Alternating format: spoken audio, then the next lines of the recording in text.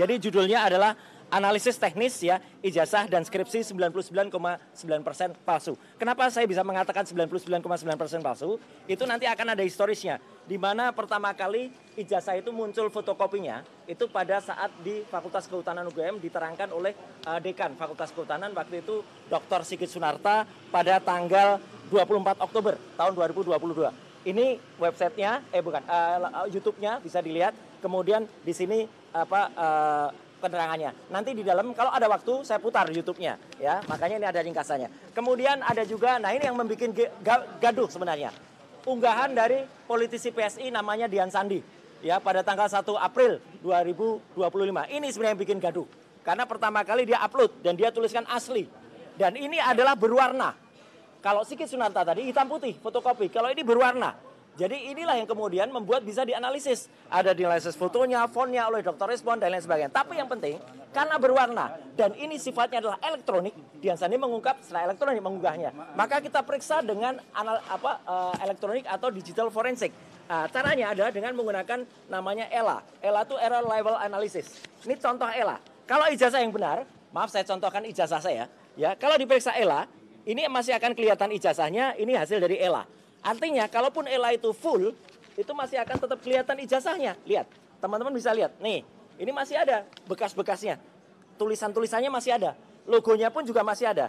Nah, saya uji yang berwarna tadi, miliknya Joko Widodo, ketika diperiksa pakai error level analysis, pakai ELA. Hasilnya apa? Rusak. Jadi ini bukti sudah ada rekayasa. Logonya tidak kelihatan lagi, pas fotonya juga tidak kelihatan lagi. Dan kalau full, jadinya seperti ini. Artinya, kesimpulan yang pertama, hasil dari ELA, Error Level Analysis, ijazahnya Joko Widodo itu sudah ada rekayasa atau sudah ada editing.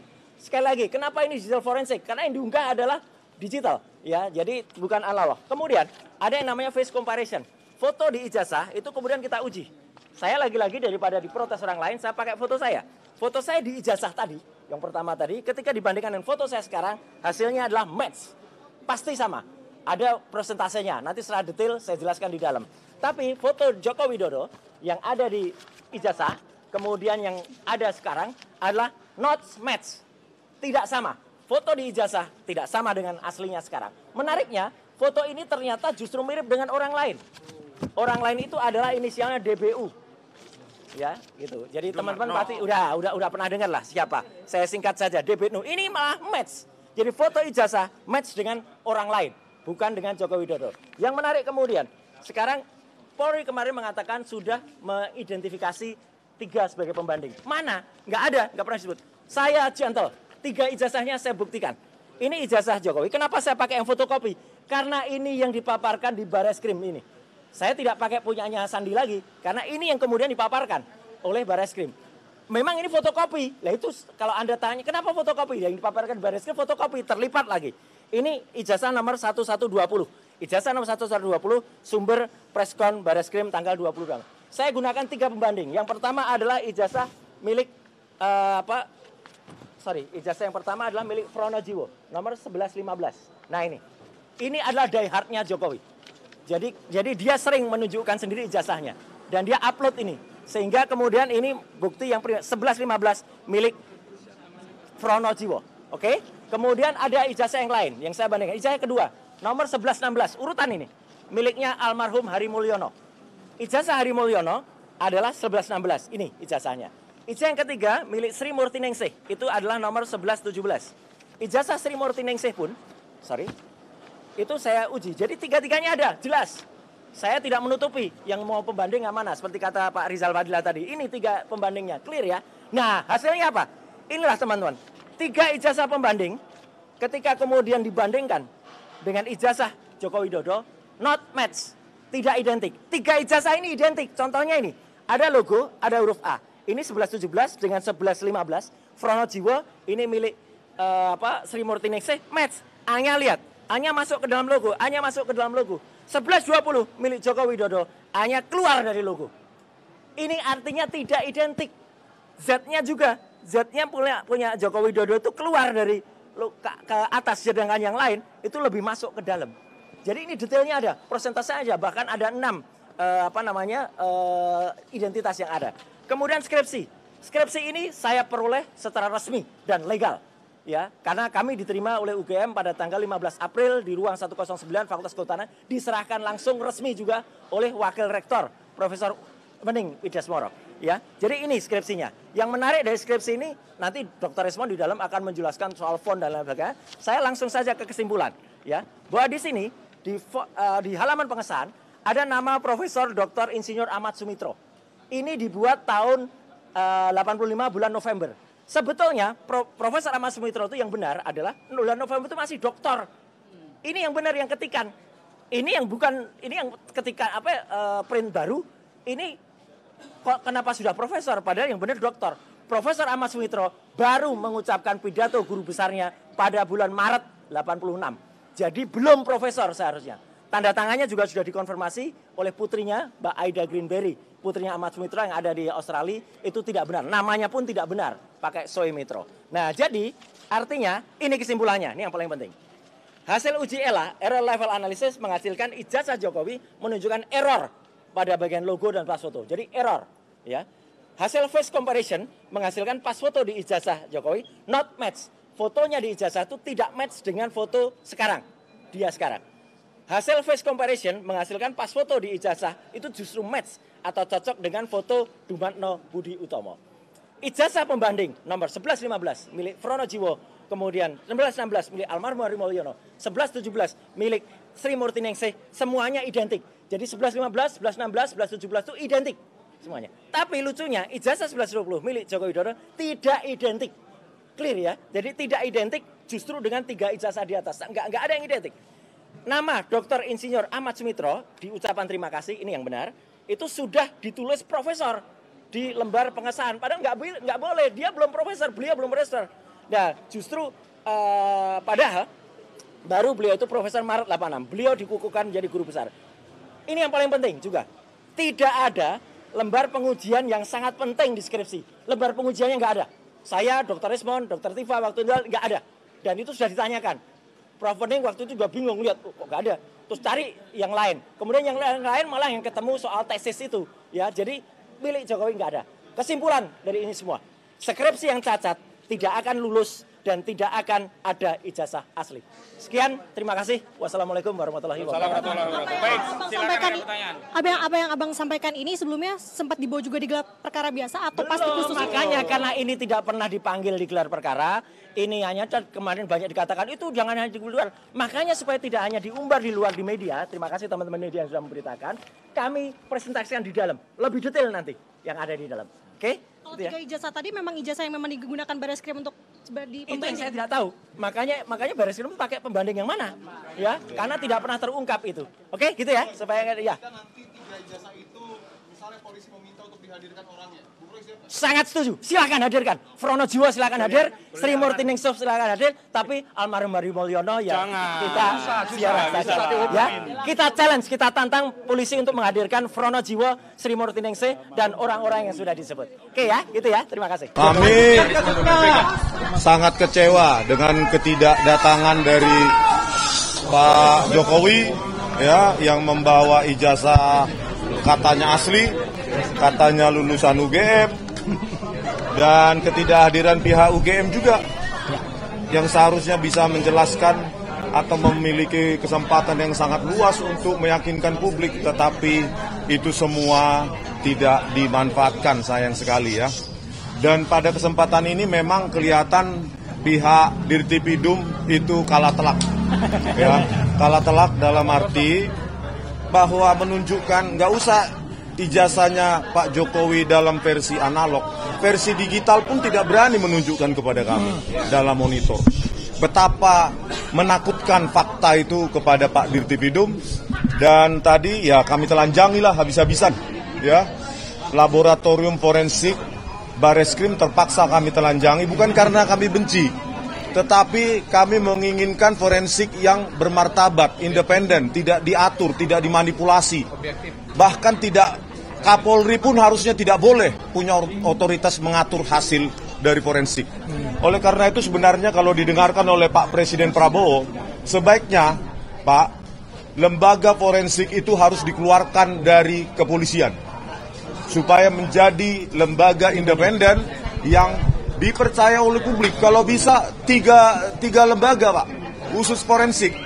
Jadi Kapolda, Kapolri, atau atasan-atasan mereka itu tidak bisa mengintervensi, mengatur-ngatur hasil seperti kasus Jessica Wongso. Ya, Dirtipidumnya Krisnamurti, Kapoldanya Tito Karnavian, Kepala Laboratorium Komputer Forensik Muhammad Nur Al-Azhar, mereka berkomplot dengan para jaksa memanipulasi barang bukti digital, mengabur-ngaburkan menggunakan software gratisan yang bernama eWriteShop. Itu software gratisan dipakai oleh laboratorium forensik. Tadi saya jelaskan juga ya, Mas, pengantar saya. Kenapa saya jelaskan ini? Karena saya cinta kepolisian. Supaya forensik ini benar-benar untuk kita semua, untuk rakyat. Dan nggak berani dipotong tadi oleh polisi. Iya, dan seperti ini, Tito Karnavian ingin jadi Kapolri, dimanipulasi oleh Muhammad Nur Al-Azhar lewat software gratisan eWriteShop untuk mengabur-ngaburkan dan menganimasi. Itulah contoh nyata. Ya, belum lagi KM50, belum lagi Verdi Sambo. Ya, dibilang video DVR itu tersambar petir, padahal mereka yang merekayasa, merusak. Jadi ini, makanya kita telanjangi benar-benar Dirtipidum ini dan timnya, bukan karena kami benci, tapi karena kami cinta kepolisian. Ya, kami sangat cinta kepolisian karena apa? Karena kita yang bayar mereka. Pajak kita kan? Kami jelaskan tadi bagaimana menganalisa lintasan stempel, kok nggak ada. Ya, kok nggak ada itu kanal rednya, padahal harusnya stempel pas foto dulu baru stempel. Tetapi kita analisa nggak ada sebaran kanal rednya. Ya, babak belur satu. Yang kedua, babak belur juga. Ada deepfake forgery, babak belur juga. Ya, masalah skripsi juga babak belur. Yang mengatakan, yang disimpulkan secara prematur, lembar pengesahan skripsi Joko Widodo hanya diraba, dirasakan ada cekungan, disimpulkan hanya hand press dan letter press, dan nggak bisa dijawab hari ini. Jadi kapan kesimpulannya disampaikannya, Bang? Kesimpulannya pasti kalah telak gitu. Ya. Apapun hasilnya, karena memang tadi sempat Dirtipidum melirik saya ke belakang waktu saya merepresentasikan, seolah-olah memohon ampun bang. Ampun, bang. Seolah-olah ya? Iya, seolah-olah ampun bang, cukup loh bang, jangan kulitin terus bang, ampun bang. Jadi Biro Wasidik akan kapan menyampaikan kesimpulan dari gelar perkara? Ya, kapanpun itu, saya kira Karwasidik harus fair. Ya, banyak sekali celah-celah yang mengatakan bahwa kesimpulan dari forensik Bareskrim Polri yang diumumkan oleh Dirtipidum itu sangat-sangat prematur. Kalau berani, periksa Pak Iman Raharjo. Bagaimana kiosnya itu yang menjadi calo dokumen palsu di Pasar Pramuka Pojok, kaitannya atau korelasinya dengan lompatan kuantum karirnya menjadi komisaris dan wakil menteri desa, kalau tidak ada hubungan jasanya dengan Joko Widodo. Panggil semua dong, periksa semua, karena ini sudah pasti palsu.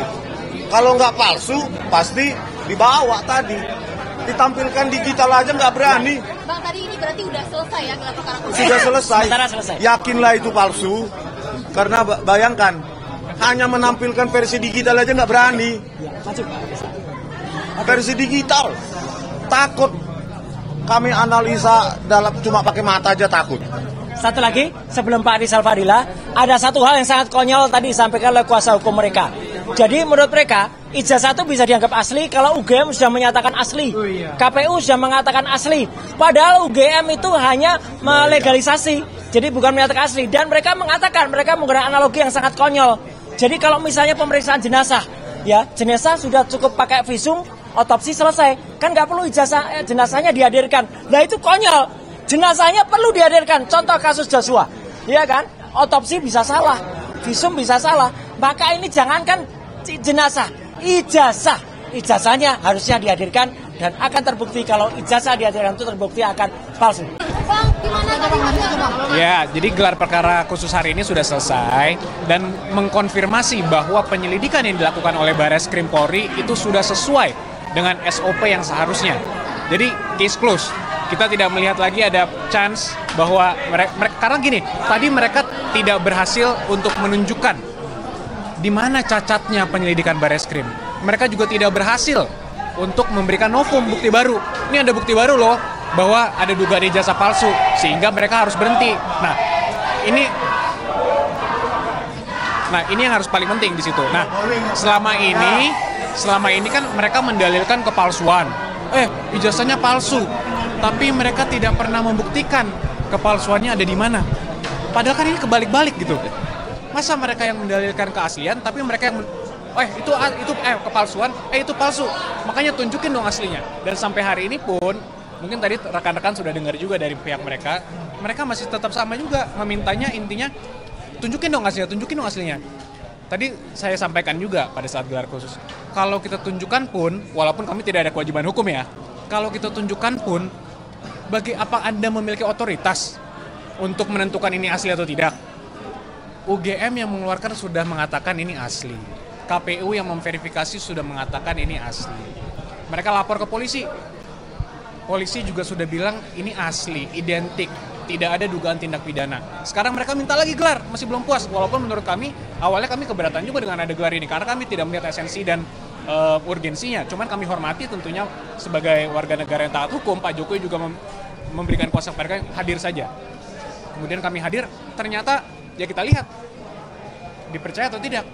Harapan kami gelar tadi yang cukup sangat clear mengatakan bahwa tidak ada indikasi pelanggaran apapun, karena mereka tidak bisa membuktikan pelanggaran apapun dalam penyelidikan. Ini mengkonfirmasi bahwa ijazah Pak Jokowi itu asli dan sudah tidak perlu diperdebatkan lagi. Itu yang paling penting. Enggak, tadi kan jadi gini, teknisnya kalau saya boleh jelaskan dikit ya. Tadi kalau gelar itu dari pihak penyidik menyampaikan paparan, kemudian dari pihak pendumas diberikan kesempatan menyampaikan hal-halnya. Dari semua yang disampaikan mereka, tidak ada satupun mereka yang menjelaskan ini adalah pelanggaran pasal perkap misalnya, atau perkaba, atau apapun itu. Jadi mereka sama sekali tidak dapat membuktikan ada kesalahan dalam penyelidikan. Nah, kemudian pihak kami diberikan kesempatan kan untuk pemaparan. Kami memaparkan juga bla bla bla semua bukti yang kita sudah punya, dan kita juga melihat lagi semua hasil penyelidikan yang sudah dilakukan oleh Barreskrim Polri. Dan itu sudah mengkonfirmasi semua yang telah dilakukan. Artinya begini, sekarang gelar perkara khusus mereka yang minta loh. Kami sebenarnya juga tidak berkewajiban hadir. Kami juga sebenarnya tidak setuju awalnya, namun kami menghormati proses hukum. Nah, setelah ini apa? Ya kita lihat bersama, kalau ini ternyata masih diteruskan, ya berarti mungkin ini bukan permasalahan hukum lagi. Mungkin semua masyarakat bisa menilai sebenarnya tujuannya apa. Karena permasalahan hukum kan harus ada endingnya. Semua orang berhak untuk mendapatkan kepastian hukum. Selama ini kan dari pihak pendumas atau pelapor yang mendalilkan, ya ini kami dirugikan dan lain-lain. Walaupun kami juga melihat tidak ada kerugian dari mereka. Dan mereka tidak bisa membuktikan dalilnya. Nah, sekarang tolong dong, kepentingan hukum hak asasi Pak Jokowi sebagai terlapor juga harus dilindungi. Jangan sampai perkara dibiarkan bergantung seperti ini. Dan untungnya dengan tadi, menurut kami ini sudah sangat jelas, sudah clear bahwa penyelidikan terhadap dugaan penggunaan ijazah palsu atau pemalsuan ini oleh Pak Jokowi itu sudah resmi dihentikan. Sehingga sudah jelas bahwa ijazahnya itu asli. Gitu, berarti dari analisis press conversation dan Ella yang tadi disampaikan oleh tim. Nah, cocok nih. Tadi kami menghadirkan ahli juga. Joshua nih. Nah, ini ahli Pak Joshua Sinambela yang kami hadirkan. Karena gini, kalau gelar perkara itu kan bukan menilai materinya sebenarnya. Jadi prosedur-prosedurnya. Jadi mungkin Pak Joshua Sinambela bisa menjelaskan sedikit. Ya, baik, saya jelaskan ya. Jadi sebagai ahli digital forensik ya, kita hanya berhak memeriksa dokumen-dokumen digital ya, bukan produk analog. Jadi karena ijazah ini adalah produk analog, makanya ahli digital forensik nggak ada hubungannya gitu ya. Nah, jadi apa yang dilakukan oleh analisis yang dilakukan oleh ahli dari pihak penuduh gitu ya, itu sama sekali tidak berdasar. Misalnya ELA ya. Apa itu ELA? Error level analysis itu hanya bisa digunakan untuk mendeteksi tampering di file-file digital ya, bukan ijazah fisik. Ya, jadi ketika misalnya ijazah fisik itu difoto, diupload ke internet gitu ya, kemudian dideteksi adanya tampering atau ada perubahan data di sana, itu tidak bisa dengan ELA karena dia tidak mendeteksi perubahan yang ada di dokumen fisiknya. Dia hanya bisa mendeteksi adanya tampering di dokumen-dokumen digitalnya. Kira-kira seperti itu, ya. Mas Yakub, berarti tadi di kesimpulan terakhir dari Karawasidik sudah menyampaikan ini sudah berhenti gitu, posisi penyelidikannya sudah kelar gitu ya. Jadi dibagi 2 tahap oleh gelar khususnya. Gelar tahap pertama itu yang dihadirkan oleh para pihak sudah selesai, dan pada saat sesi 1 itu tidak sama sekali ada dalil yang mengatakan ada pelanggaran dalam penyelidikan ataupun bukti baru yang dimasukkan sehingga dapat membuka lagi perkaranya atau sebagainya. Sekarang masih berlangsung sesi 2, pendalaman dengan pihak-pihak eksternal. Jadi mungkin lebih pas, kami tidak mau mendahului penyidik ataupun pihak Bareskrim. Nanti setelah sesi 2, pihak Polri lah yang berhak untuk menjelaskan itu. Masih berlangsung untuk sesi 2-nya. Dan ini semua tadi dihadirkan resmi. Ada DPR, Komisi 3, ada Kompolnas, ada Ombudsman, ada dari Polri-nya pun ada Itwasum, ada Propam, ada Divkum. Jadi tadi sangat, kalau kami bisa bilang, itu semua pihak, elemen-elemen semua dihadirkan. Ada Kompolnas juga, dan ahli-ahli juga, banyak sekali ahli-ahli dari Polri juga. Dan ya ini, makanya kita lihat, kalau berdasarkan kita mau objektif, kita mau jujur dengan ahli yang tadi, dengan hasil gelar perkara tadi, bahwa sama sekali tidak ada indikasi atau tidak ada dalil pelanggaran yang dilakukan dalam penyelidikan perkara ini. Sehingga kembali lagi, ini menjadi konfirmasi bahwa ijazah Pak Joko itu asli dan tidak perlu diperdebatkan lagi. Gitu. Makasih teman-teman. Jelas yang asli.